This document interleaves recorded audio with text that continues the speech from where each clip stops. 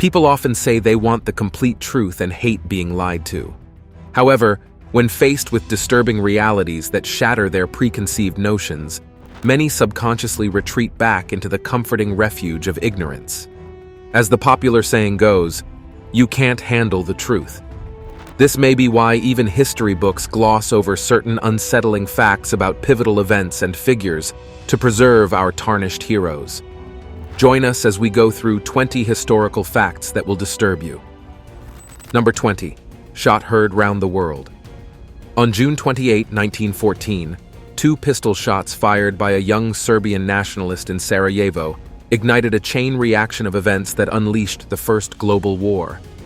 The assassin, Gavrilo Princip, targeted Archduke Franz Ferdinand, heir to the throne of the Austro-Hungarian Empire.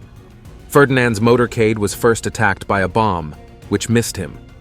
Later that day, Princip shot and killed Ferdinand and his wife Sophie at point-blank range. Princip belonged to the Black Hand, a Serbian group seeking independence from Austro-Hungarian rule. Their aim was to unite Slavic areas into a Serbian state. But this small act of terror tipped simmering tensions between European powers into total war. Austria, backed by Germany, blamed Serbia and declared war a month after the killings. Russia sided with Serbia, bringing in Germany and France. Soon, all of Europe was engulfed in a catastrophic war that killed millions. That 2 bullets could ignite such global calamity shows the interconnected fragility of international relations in 1914. World War I toppled empires and redrew the map of Europe. It left deep scars of bitterness in Germany that enabled the rise of Hitler and led to the Second World War just 2 decades later. The post-World War II division of Europe by the Iron Curtain shaped the Cold War standoff between Soviet communism and Western democracies. The major global powers of the modern world, from the US to Russia and China, all trace their ascendancy back to the outcome of that First World War, ignited by the Sarajevo assassination. Like the flutter of a butterfly's wings, setting off a chain of atmospheric events that culminates in a hurricane thousands of miles away, those gunshots unleashed an unpredictable cascade of history over the next century. Number 19. War on cats. In the Middle Ages, cats were falsely accused as Satan's servants, leading to mass extermination that perversely aggravated the Black Death plague pandemic. As medical science was primitive, the real culprits, rat fleas and bacteria, were unknown. Instead, innocent cats became targets of irrational hatred fomented by church superstitions. Pope Gregory IX initiated the medieval Inquisition to prosecute heretics and witches. In this climate of zealotry, cats were denounced as demonic creatures and familiars of witches. Their independence from humans and natural hunting behaviors were viewed as sinister. Gregory issued a decree in the 1230s declaring cats as diabolical and calling for their destruction. This papal blessing unleashed mass killings of cats across Europe. Cats were trapped, tortured, burned alive, drowned, fed to dogs, or simply beaten to death. The effect was catastrophic when the Black Death arrived in 1347, spread by the rat fleas that cats naturally preyed upon. With far fewer cats left, rat populations exploded, fueling the plague's rapid spread. This meaningless cat massacre paved the way for the Black Death's unfettered devastation, killing up to 200 million people. The brutal irony shows how superstitions can have devastating unintended consequences. The cats were innocent victims, their ecological balance distorted by irrational fears and zealotry. This ignorance and hatred bred boundless suffering. Number 18. Quest for Immortality. China's first emperor Qin Shi Huang's obsessed pursuit of immortality ultimately led to his untimely death at age 39. Ascending to the throne at just 30 years old in 221 BCE, Qin wasted no time in conquering neighboring states to unify China for the first time under his new Qin dynasty. An ambitious ruler, Qin sought not only territorial conquest, but also eternal life. Qin united warring states to forge the new Qin dynasty and imperial China. An ambitiously visionary yet ruthless ruler, he standardized laws, currency, and language across his vast realm. But Qin also sowed terror, burning books and scholars alive to suppress dissent. Obsessed with cheating death, Qin dispatched alchemists to concoct an elixir of life for him. When mystical potions failed, Qin tried ingesting cinnabar, a toxic mercury compound thought to confer longevity. However, the cumulative mercury likely caused mood swings, cognitive decline, and organ damage over years of accumulation. As Qin descended into paranoid delusions in his late 30s, he doubled down on mercury ingestion, hastening his deterioration. He died while traveling, far from the capital and his grand imperial mausoleum filled with an army of terracotta warriors. His advisors, fearing civil unrest, concealed his death until they returned to the capital with his corpse. Qin Shi Huang's ironic end suffering mercury poisoning while attempting to gain immortality is a cautionary tale of unlimited power and ambition. Despite accomplishments uniting China, his cruel tyranny and desperation to elude mortality ultimately failed, mortality catching up to claim his arrogant grasp at divinity. Number 17. Buried alive. Alexander the Great forged one of the largest empires of the ancient world, stretching across Greece, Persia, and India. But at just 32 years old, he died mysteriously in 323 BCE before naming an heir, leaving his vast but unstable empire suddenly leaderless. After 12 grinding years of military campaigning, Alexander fell ill in Babylon, today's Iraq. He developed a high fever and abdominal pain that worsened over 10 days until he became bedridden and mute, unable to speak his final wishes. His generals clashed over the succession as Alexander clung to life. Some scholars propose Alexander was poisoned by rivals, but a modern diagnosis suggests acute bacterial pancreatitis from heavy alcohol consumption, possibly exacerbated by toxic mercury medicines. As death neared, Alexander's paralysis prevented movement or speech. Ancient Macedonian culture held that a proper burial was critical for the deceased to enter the afterlife, and there were omens reported. His body failed to show signs of decomposition for 6 days, unusual for the hot Iraqi climate.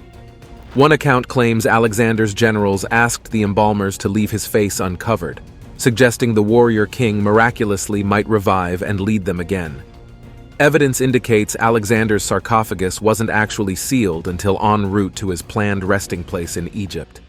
It's chilling to imagine the greatest conqueror of the ancient world regaining consciousness inside his own coffin, trapped in claustrophobic darkness with no escape. Number 16.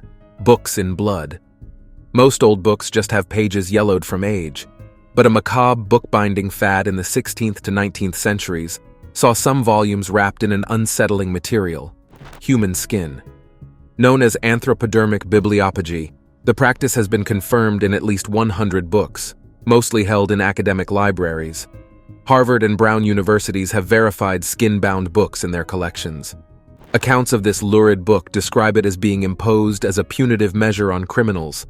The skin was tanned into leather after executions or medical school cadavers. However, some donors provided consent in their wills. Testing methods like DNA sampling, examining the pattern of hair follicles, microscope analysis, and chemistry tests of the novel's covers prove some undoubtedly contain human dermis. The grotesque decorating fad seems to have peaked in the late 1700s. Surviving examples have often been commissioned, performed, or collected by medical doctors who had access to cadavers. In 1821 and 1828, skin was taken from executed criminals John Horwood and William Corder to bind books. The most famous example resides in the Boston Athenaeum, the confessional autobiography of a highwayman named James Allen, bound in his own skin per his deathbed request. Thankfully, this gruesome trend died out by the mid-1800s as medical ethics evolved. Today, these lurid mementos of the dead largely reside out of sight in rare book archives, not displayed on shelves. Their makers are anonymous, their origins unsettling. The contents still chill, but the covers chill even more. Number 15. Global cooling. Genghis Khan, the fearsome founder of the vast Mongol Empire in the 13th century, may have also inadvertently altered the world's climate. Khan rose from humble origins to unite Mongol tribes and conquer the largest land empire in history. His ruthless invasions of China, Central Asia, and the Middle East left devastation and mass death in their wake. While reviled as a vicious warlord, Khan's conquests also had an unintended ecological impact. At its peak, the Mongol Empire stretched over 24 million square kilometers, accounting for 22% of Earth's land area. To fuel his armies, Khan slaughtered or displaced millions of people. Entire regions were depopulated either from massacres or refugees fleeing the horde. In the conquered lands, pastures and cropland lay abandoned. Forests regrew unchecked on neglected fields. Huge swaths of cultivated land returned to thick vegetation and absorbed carbon dioxide. Modern researchers estimate around 700 million tons of carbon were absorbed from the atmosphere during this period. The giant carbon sink effect led to the global cooling of around 0.2 to 0.4 degrees centigrade between 1211 to 1225 CE. It reduced atmospheric carbon nearly to pre-industrial levels. While unintentional, the Mongol invasions sequestered so much carbon that it impacted climate on a hemisphere scale, reducing greenhouse gases. Of course, this cooling came at an immense human cost, which Khan showed little remorse for, focused solely on conquest and glory. It illustrates how the global climate system is so sensitive that even historical events like plagues or wars can alter Earth's delicate environmental balance. But it took an ecological catastrophe to produce these benefits. Carbon sequestration built on genocide. Number 14.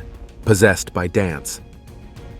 In the summer of 1518, a bizarre dancing hysteria consumed the region of Alsace, then part of the Holy Roman Empire. Hundreds of people erupted into uncontrolled, frenzied dancing for days or even weeks, as if possessed. Known as the dancing plague, this phenomenon seems to defy medical explanation. That July, a woman nicknamed Frau Trophäa began dancing fervently on a Strasbourg street and kept it up ceaselessly for 6 days. Within a week, 34 more people had joined in the involuntary dancing. By August, hundreds were afflicted, writhing in agony from sore feet yet unable to stop dancing. Contemporary accounts describe dancers howling in pain, convulsing and experiencing visions, begging bystanders for relief. Authorities endorsed theories of mass hysteria caused by stress. They prescribed rest and bloodletting, but the mania continued into September. Around 15 died from strokes, heart attacks, and exhaustion. While possibly a reaction to extreme stress, theories abound. Ergot poisoning from tainted rye grain could have caused spasms. Epileptic seizures are also considered. The phenomenon vanished as mysteriously as it began, leaving baffled survivors and cautionary lessons about the suggestibility of human psychology. Number 13. Waterloo teeth. In the late 1700s, the wealthy sought to restore their smiles with dentures crafted from the teeth of the dead, known as Waterloo teeth.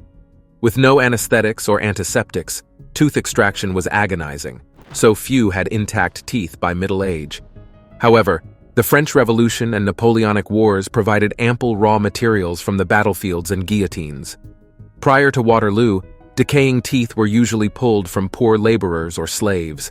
But the bodies of thousands of soldiers left to rot after Napoleon's 1815 defeat near Waterloo, Belgium, became a boon for scavengers. Young men's healthy teeth were extracted, bleached, and shipped to dentists in Britain and America. Wearing the grimacing teeth of dead soldiers gave the wealthy a literal grin. While identities were lost, the disturbing practice implied that the lower classes existed to serve the vanity of their social betters, even in death. Yet the trade persisted through the 1800s, recycled bones serving fashionable smiles. That anyone would covet bloody teeth extracted from corpses seems macabre. But in eras preceding modern dentistry, the dead surrendered their parts for reuse by the living, obliterating bodily dignity to serve grievous needs. Number 12. Corpse Queen. In medieval Portugal, a disturbing act of vengeance played out when a deceased queen was crowned in effigy, her corpse exhumed and enthroned to legitimize the contested line of royal succession. The ghastly ceremony occurred after Inés de Castro was murdered in 1355 on the orders of King Afonso IV, who considered her a threat. Inés was a Spanish noblewoman who became mistress to the heir apparent, Prince Pedro. After Pedro's wife died, leaving only an infant son, Pedro and Inés married in secret. However, Afonso ruthlessly moved to neutralize her perceived political influence, having Inés brutally killed before Pedro's eyes. 2 years later, when Prince Pedro succeeded his father as King Pedro, he ceremoniously crowned Inez's 3-year-old remains as queen, forcing the court to promise allegiance to their children as heirs. Though macabre, it nullified arguments their offspring were illegitimate. Having Inez's skeleton exhumed, dressed, and honored as the official queen consort was a vengeful masterstroke. Pedro simultaneously proclaimed his enduring devotion and lawful right to succession. The grotesque pageantry likely aimed to maximize the insult to King Afonso and his collaborators in murdering Inez. Pedro and the skeletal Inez were eventually laid to rest side by side in elaborate tombs. His bold, if unorthodox, gesture ensured the legitimacy of his bloodline while making his foes kneel before his lost beloved's remains. Number 11. Impaler Prince. Vlad III, a 15th-century prince of Wallachia, earned the moniker Vlad the Impaler for his favored method of executing enemies. His ruthless brand of psychological warfare secured his rule, but established a reputation as a cruel monster.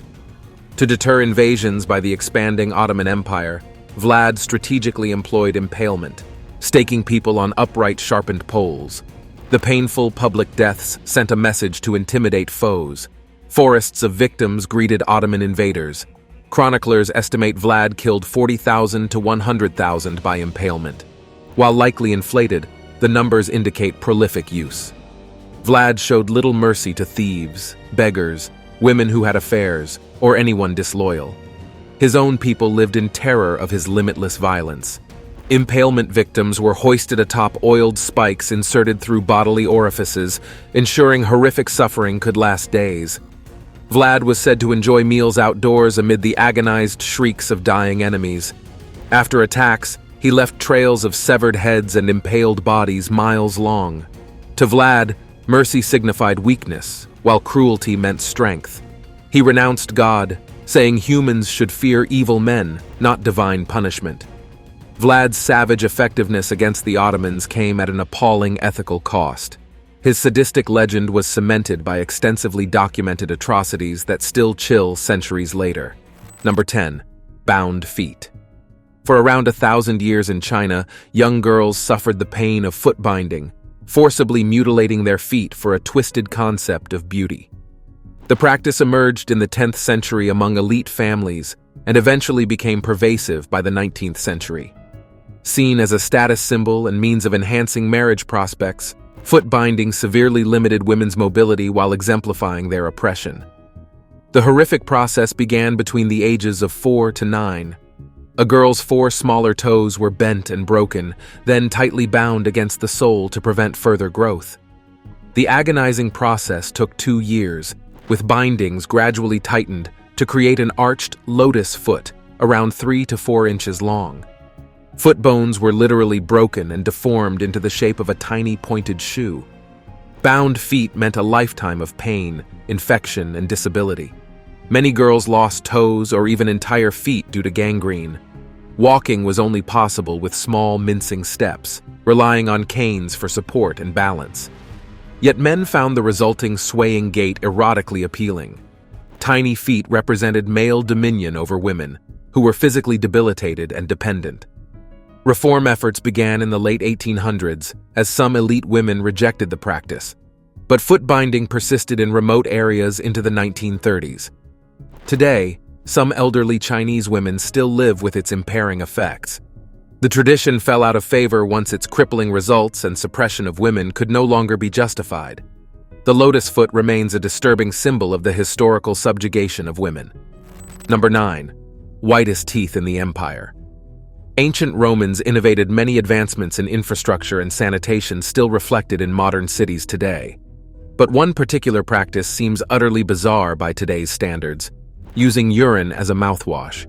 Early Roman texts recommend rinsing with urine to whiten teeth and freshen breath. As odd as this seems, the logic behind it was sound. Urine contains ammonia, a compound found in many household cleaners. Ammonia acts as a natural bleaching agent and disinfectant that can dissolve stains and kill germs. The Roman scholar Pliny the Elder recommended urine for smearing the teeth, giving the impression of shining white teeth. Urine mouthwash proponents noted urine was free and readily available. Despite its practical cleansing abilities, few today would opt to swish pee around their mouths. There's the obvious disgust factor plus the risk of spreading infections, but urine was likely safer than some contemporary Roman practices. Other suggested toothpaste and abrasive tooth whitening mixtures included ingredients like powdered mice, rabbit brains, and sheep fat. Next to those, a quick urine rinse seems refreshing. While the ancient Romans hit upon urine's legit cleaning potential, thankfully, modern innovations have given us more palatable options. Still, it shows that sometimes the strangest historical customs had sensory logic behind them, even if utterly unappealing. They make today's dental products seem a luxury by comparison. Number 8. Keeping it in the family. For over 3,000 years, ancient Egypt was ruled by dynasties of pharaohs, treated as god kings. These familial lines often married between siblings to maintain purity and consolidate power. But DNA and archaeological evidence suggest the origins of one famous ruler may have been more entangled than previously realized. Tutankhamun, better known as King Tut, became pharaoh at age 9 in 1333 BCE and died under mysterious circumstances around 1324 BCE at just 19 years old. His lavish but looted tomb provided unprecedented insights into ancient Egypt when discovered in 1922. But his family lineage remained uncertain. In 2010, DNA tests on Tut's mummified remains confirmed his father was the pharaoh Akhenaten, but his mother was unknown, as no queen was documented. Later DNA sampling further tangled the web. Genetic analysis instead points to King Tut's mother as likely being a full sister of Akhenaten. Siblings marrying was not uncommon among Egyptian royals trying to retain control. Other evidence also fits an incestuous bond. The artwork depicts Tut's wife Ankhesenamun as bearing a striking resemblance to Nefertiti, Akhenaten's chief wife and probable aunt. If confirmed, Tut's incestuous origins were hidden to legitimize his right to rule. It shows how far pharaohs would go to keep royal bloodlines intact and power concentrated. Number 7. Living flycatchers. The luxurious lives of ancient Egyptian pharaohs came at a ghastly price for many slaves and servants forced into duty at court. Protecting the ruler from irritations and discomfort was paramount. Pharaoh Pepi II took this to macabre extremes, using naked slaves slathered in honey as living flycatchers to keep pesky insects away from him around 2300 BCE.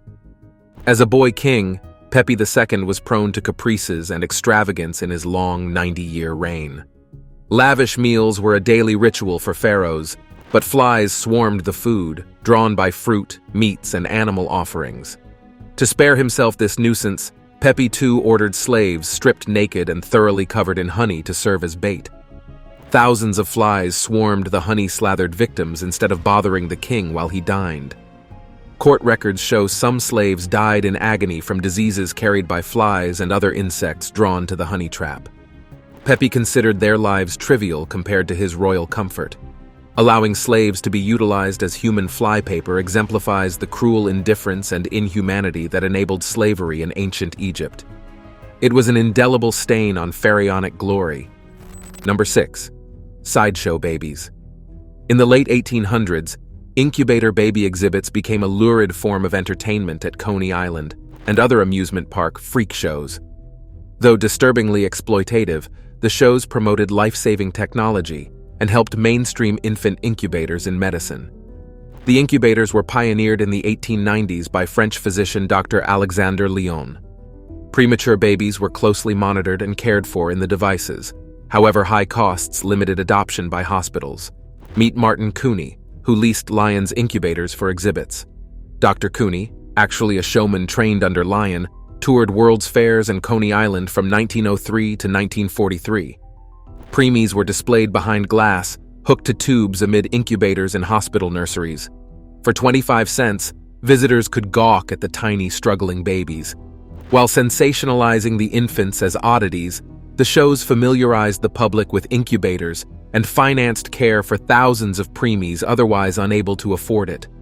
Surprisingly, Cooney saved the lives of over 6,500 premature babies. His marketing spectacle helped incubators become accepted, despite questionable exploitation of the vulnerable babies and families for amusement. Now it's time for today's subscriber pick. Women's swimwear fashion has undergone a dramatic evolution over the last century. However, more than changes in clothing length or styles, the biggest shift aligns with women gaining more societal freedom to make their own choices. In earlier decades, oppressive expectations demanded women cover most of their bodies, allowing little room for personal preferences or comfort. As attitudes liberalized, especially with the women's liberation movement, ladies progressively won new rights and self-agency in selecting swimwear. The evolution removed external judgments, enabling women to freely choose coverage aligned with their own style and levels of modesty. Instead of abiding by limiting social rules, women today have the empowerment to pick whatever swimwear helps them feel happy and confident, whether sporty tanks, stylish one-pieces, or bare-as-you-dare bikinis. No woman must settle for standards of exposure set by anyone but herself. How do you feel about the swimwear revolution that has happened over the past century, along with broadening social freedoms? Let us know in the comments. Number 5. The prison experiment.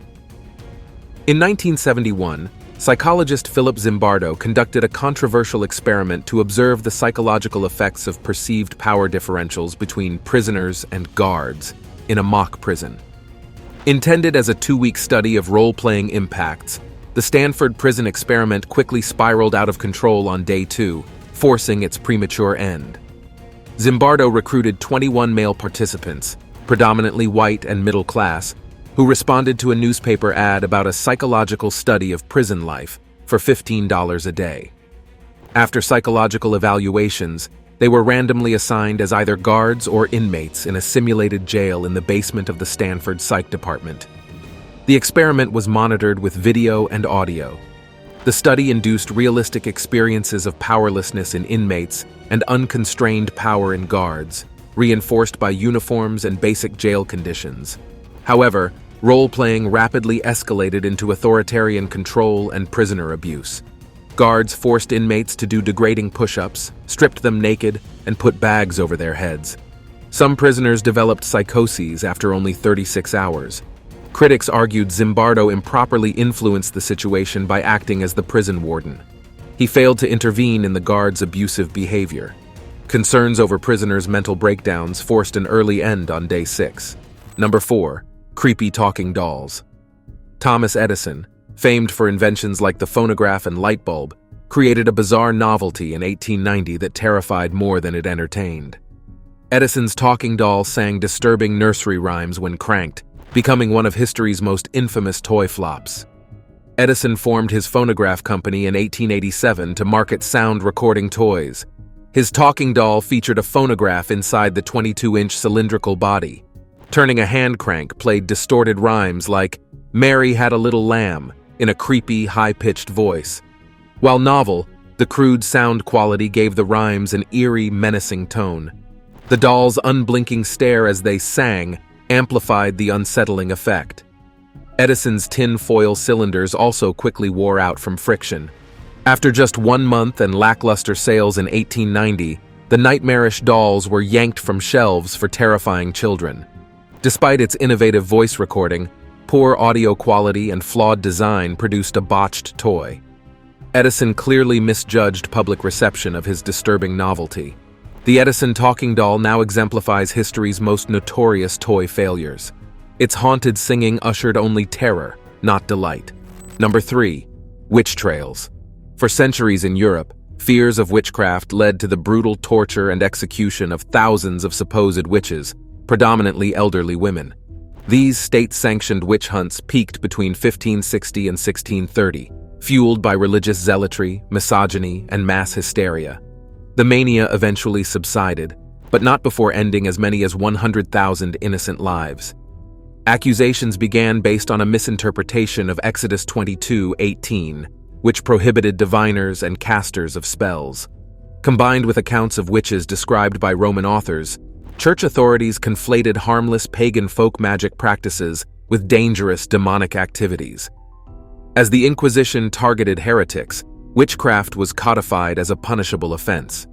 Those denounced as witches faced sanders, torture, and death by burning or hanging. Accusers only needed to report seeing the specter or spirit of the accused committing witchcraft. Other condemnations were based on finding devil's marks or moles on their bodies. With little evidence needed, witch trials enabled personal vendettas and prejudice. Even with a halt on witch hunts by the late 17th century, ingrained prejudices persisted. Untold numbers, mostly women who lived independently or didn't conform to norms, bore the injustice and brutality of zealots blinded by hatred and irrational fears. Number 2. Red Nightmare. In April 1975, the genocidal Khmer Rouge seized power in Cambodia after a bloody civil war. Their quest to create a communist agrarian society led to the deaths of 1.5 to 3 million Cambodians from 1975 to 1979. The Maoist regime's radical policies caused one of the worst human tragedies of modern times in the name of revolution. Upon taking the capital Phnom Penh, the Khmer Rouge forces under the leadership of Pol Pot immediately emptied cities at gunpoint. Residents were forced into rural labor camps for re-education and hard labor in a forced agrarian economy. Money, private property, education, religion, healthcare, and family bonds were abolished as capitalism's corrupting influences. Intellectuals were systematically killed along with ethnic minorities, suspected government loyalists, and dissidents. Daily life involved backbreaking fieldwork, malnutrition, disease, and political indoctrination. The Khmer Rouge ruled by terror, with torture chambers and arbitrary executions in over 300 prisons. Nearly 2 million people died from executions, starvation, disease, and overwork. The genocide ended in January 1979 when Vietnam invaded Cambodia and ousted the regime. Number 1. The Walking Dead. In Renaissance Europe, an epidemic of syphilis produced horrifying symptoms that made sufferers appear like the living dead. The disease was so widespread and disturbing that it spawned zombie folklore. Syphilis likely arrived in Europe from the New World in the late 1400s. By 1500, it raged across France and Italy in a full-blown outbreak, earning names like the Great Pox. The bacterium attacked bones and skin, destroying tissues. Victims' decaying flesh oozed with sores, with holes opening to expose bone and teeth. The disfiguring progression could last for years. In advanced stages, the spirochete bacteria penetrated the brain, causing neurological devastation. This created zombie-like beings robbed of reason and volition. They wandered the streets as mindless husks. With no cure available, the repulsive symptoms evoked fear and revulsion. Artwork from the era depicts the macabre ravages. The folklore of the Walking Dead arose from witnesses struggling to comprehend the horror. Thanks for watching, and we'll see you in the next one.